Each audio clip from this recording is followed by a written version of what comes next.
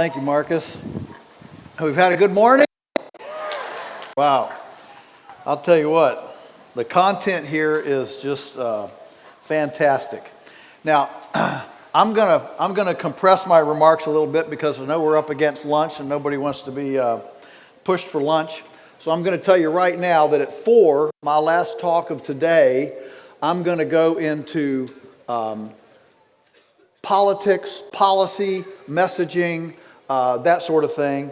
So I'm trying to hold people here for that. I'm not going to discuss any of that this presentation, but I'm giving you a little teaser for that to hang around.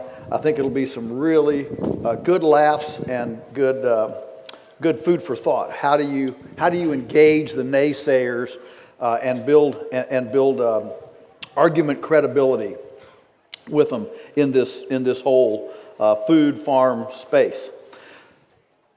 I'm going to talk about germinating farmers, and I, of course, am a farmer and have been at it a long time, and have traveled all over the world. I don't know what 30 countries or so, and I've met thousands and thousands of farmers. It's been very interesting to me to see what are the common threads of success when I meet farmers who are happily, profitably, multi-generationally, and I don't mean necessarily relatives multi-generationally. I mean farmers who have 2 generations, working, might be family, might be not be, but who have the successional element settled down, the profitable element settled down, and who aren't just spending all their time leaning up against their, here I can say buggy, or pickup truck, complaining about weather, price, pestilence, and disease, the 4 horsemen of the apocalypse.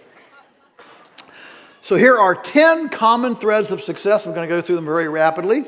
But this is what I see among farmers who are successful. Number one, working landscapes. Working landscapes. Too often people view the landscape you have as some sort of a God-ordained kind of situation where you dare not intervene, you dare not change it, that it's some sort of a sacredness to it. Well, I don't believe that after the flood everything fell back together just exactly the way it was supposed to be. And so we see this a lot in radical environmentalists, greenies, what I call earth muffin, tree huggers that come to homesteading, and I love them to death. But too often, oh, look at that tree there. Oh, look at that, that hillside, whatever. And everything becomes just sacred to them. Don't be afraid to adjust the landscape. This is one of the foundational things that I think is so wonderful about permaculture. Permaculture dares to suggest, hey, we need a pond here. We need a road here. We need a fence here. We need, the orchard should go here. Now, there are certainly things that you can look at a landscape and say, there are certain things that a given landscape can tell you. If you look at a bunch of wild grapevines, well, that's probably a good place for a vineyard if you want to put in a vineyard. So the landscape can speak to you, but be willing to put in lanes, roads, ponds, and take down trees that are in the way, different things. Cut down trees so you can have a garden, so you're not in the shade, and build structures. Working landscapes. Number two, eclectic awareness. Successful farmers read and visit widely.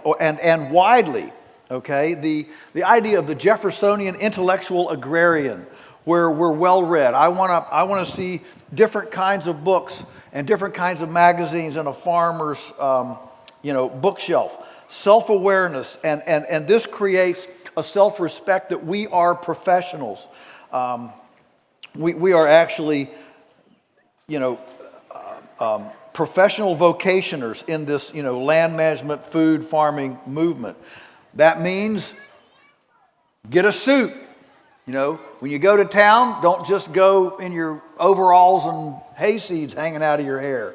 Take a shower.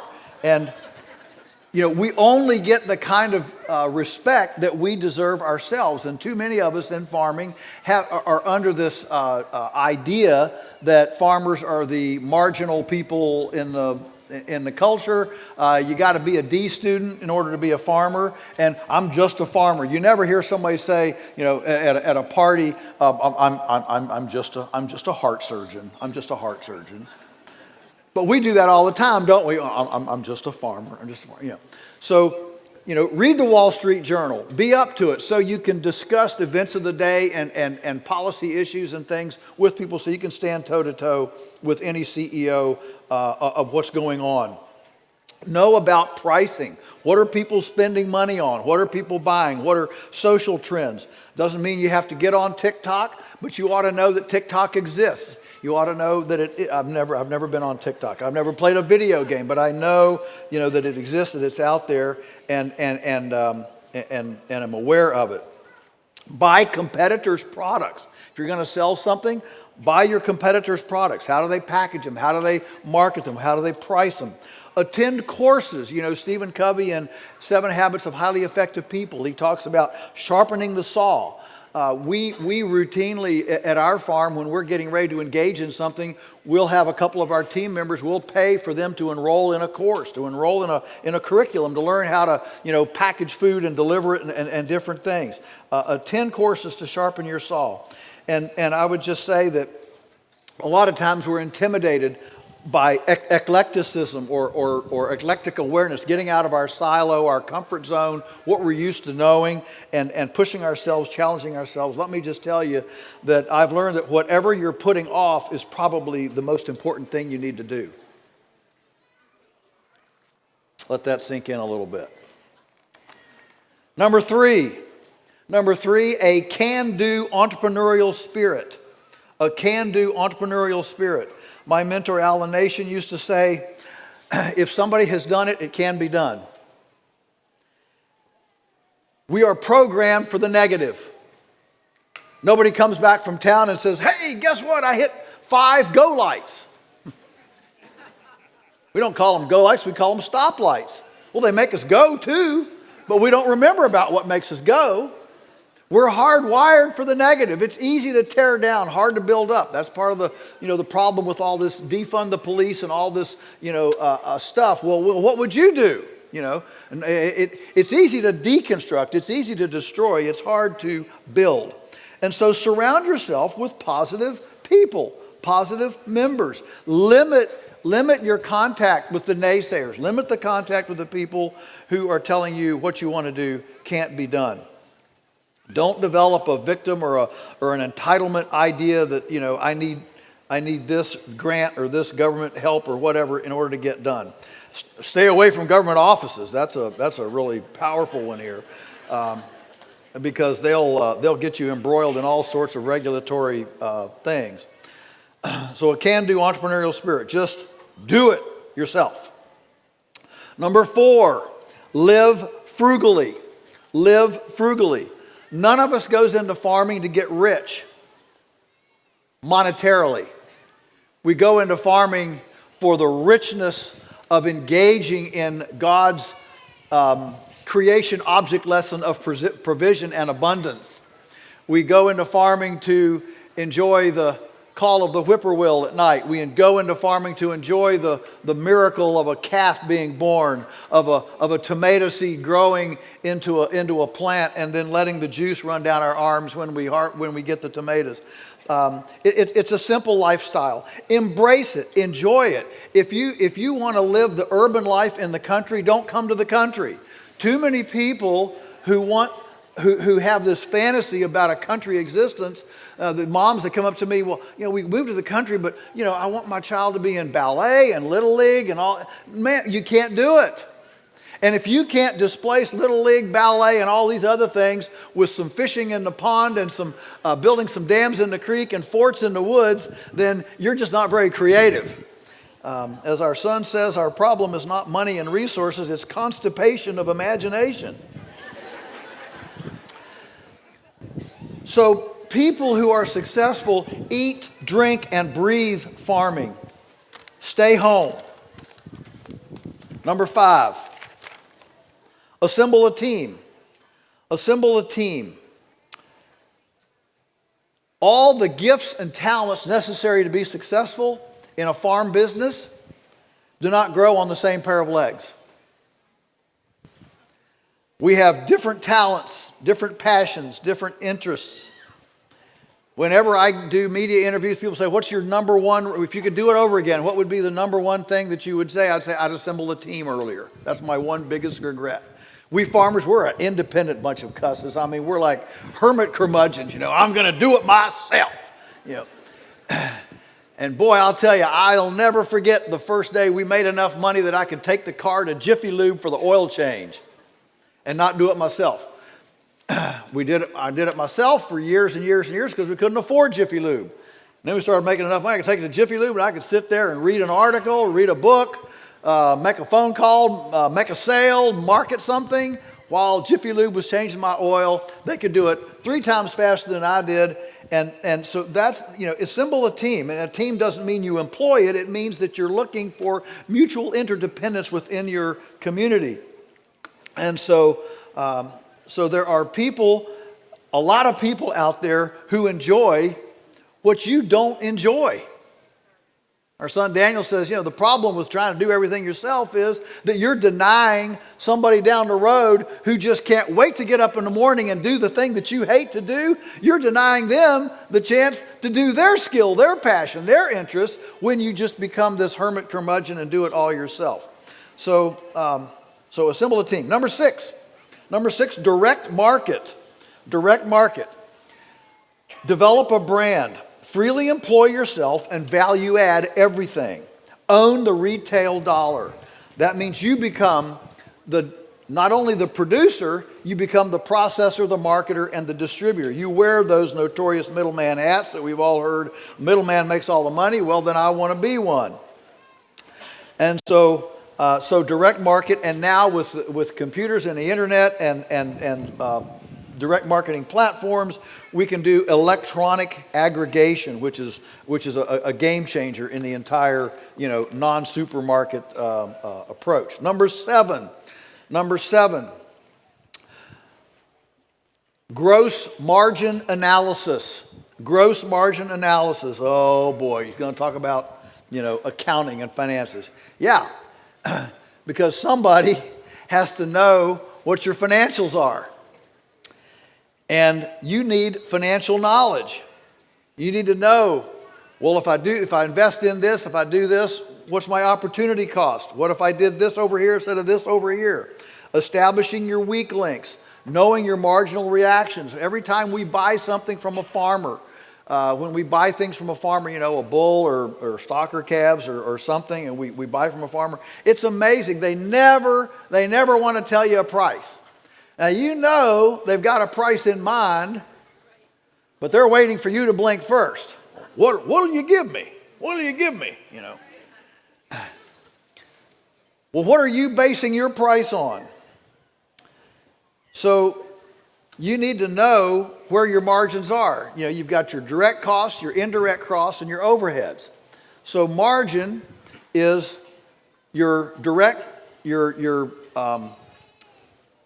enterprise margin is what are your direct costs on that margin. Direct costs are things that go away if you're not doing that enterprise. Overheads are things that cross enterprises. And there ought to be targets, 20%, 30%, something to establish that margin. You've got to have those sales margins and know what they are. Number 8, multi-enterprise. Multi-enterprise. The permaculture folks call this stacking enterprises. In marketing, the hardest thing to do is to get a customer.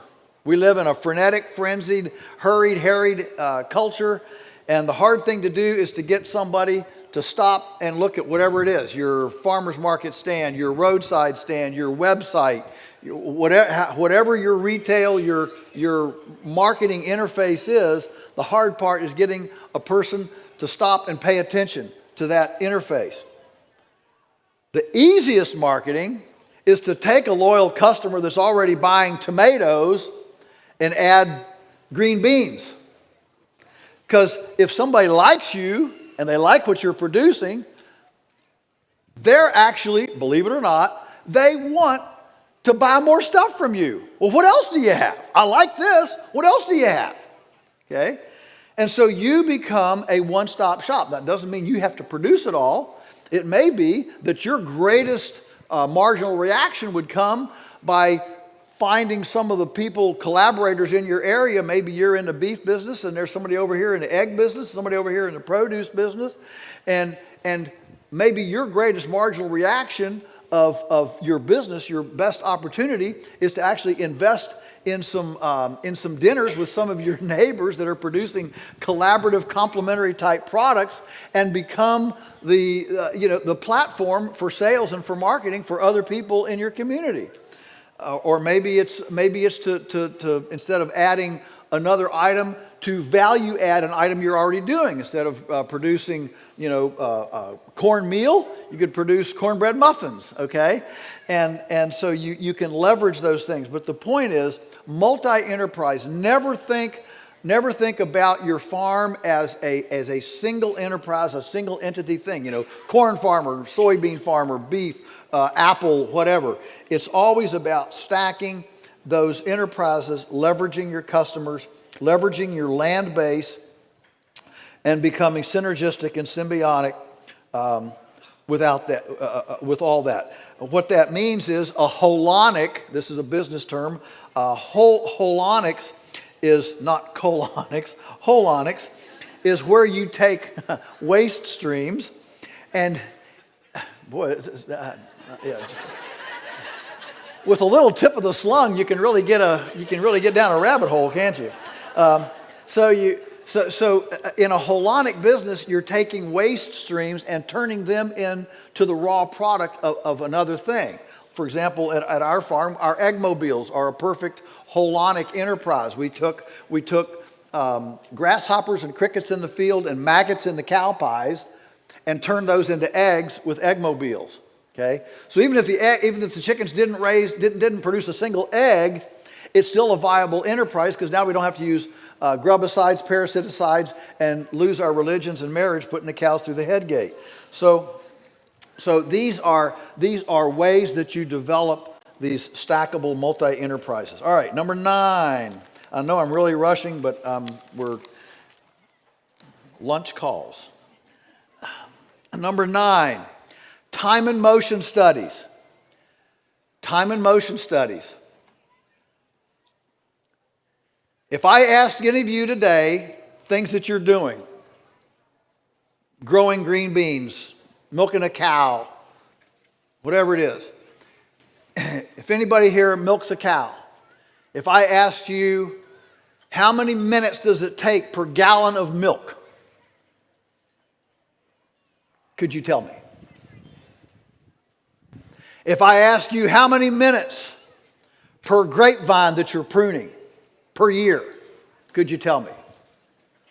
If you're collecting eggs, how many minutes per dozen eggs does it take to gather eggs or to take care of the chickens? One of the most interesting things I ever had was many, many years ago, after Michael Pollan wrote Power Steer for New York Times. It caught the attention of McDonald's, and McDonald's executives started thinking, well, I wonder if there'd be a market for a grass-finished burger at McDonald's. Well, I don't know. So they get to start looking at, where do you get a grass-finished burger?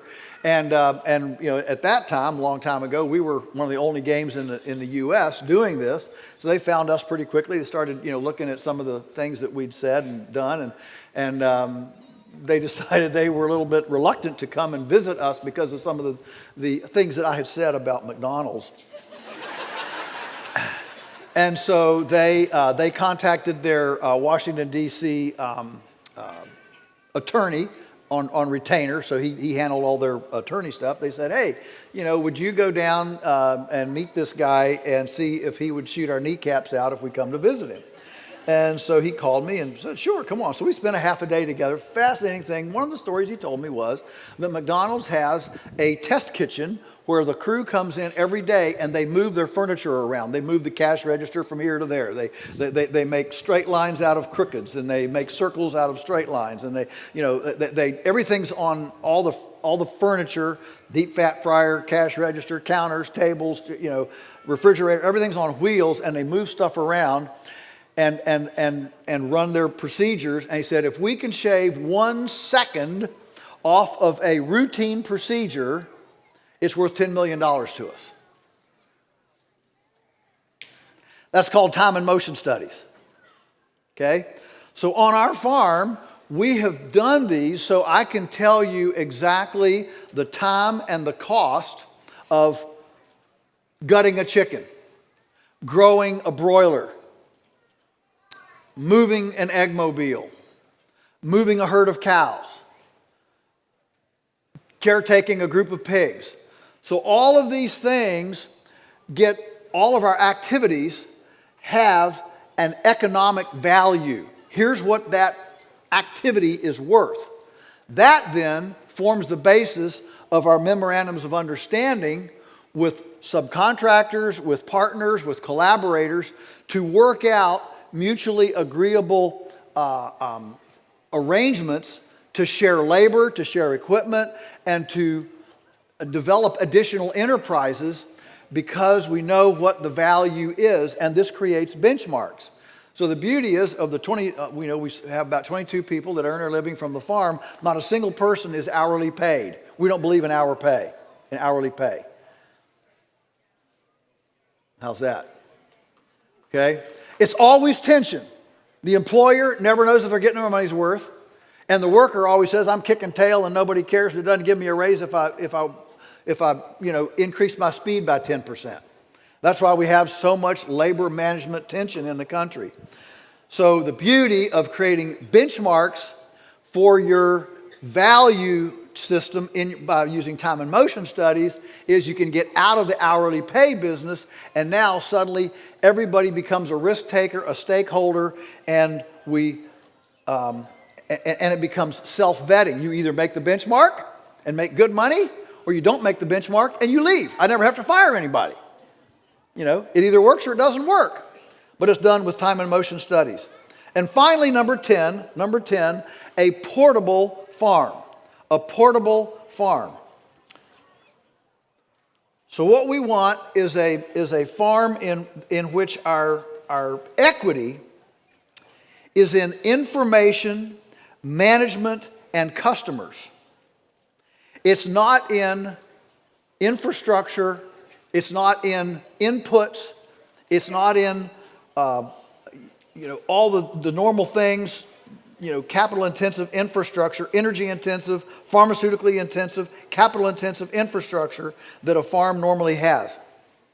When you have a portable farm, now suddenly you don't have to own the land you're on. And we've launched numerous young people as full-time farmers now, no money, no land, and they still don't own any land, but they're full-time farming, collaborating with somebody else. There is not a square foot, I'll just mention one, there is not a square foot of farmland in the world, whether it's an orchard, a vineyard, a wheat farm, corn farm, cattle farm, dairy farm, there's not a square foot of farmland in the world that wouldn't benefit from pastured poultry. Not a single one. Including interstate medians, national parks. I mean, you go to Mexico and they've got 6 milk cows mowing the city park. They don't run big bat-wing mowers. You go right down the interstate, going down south of, to Monterrey, Mexico. You go down the interstate, and every little bit there's a tethered milk cow along the edge of the interstate. They're mowing the interstate. They don't run a bunch of bat wings. To me, man, that's cool. That's progressive. I mean, it's Neanderthal to be running around with great big diesel spewing tractors with bat wing mowers. Let's mow it with milk. That's the way to actually make a change. So the portable farm then creates our equity in mobile. It's mobile, modular, and management intensive. So we're substituting all that petroleum, capital, pharmaceutical, all that in order to create the portable farm that we can then move around and farm as collaborators or using nooks and crannies that currently aren't being used.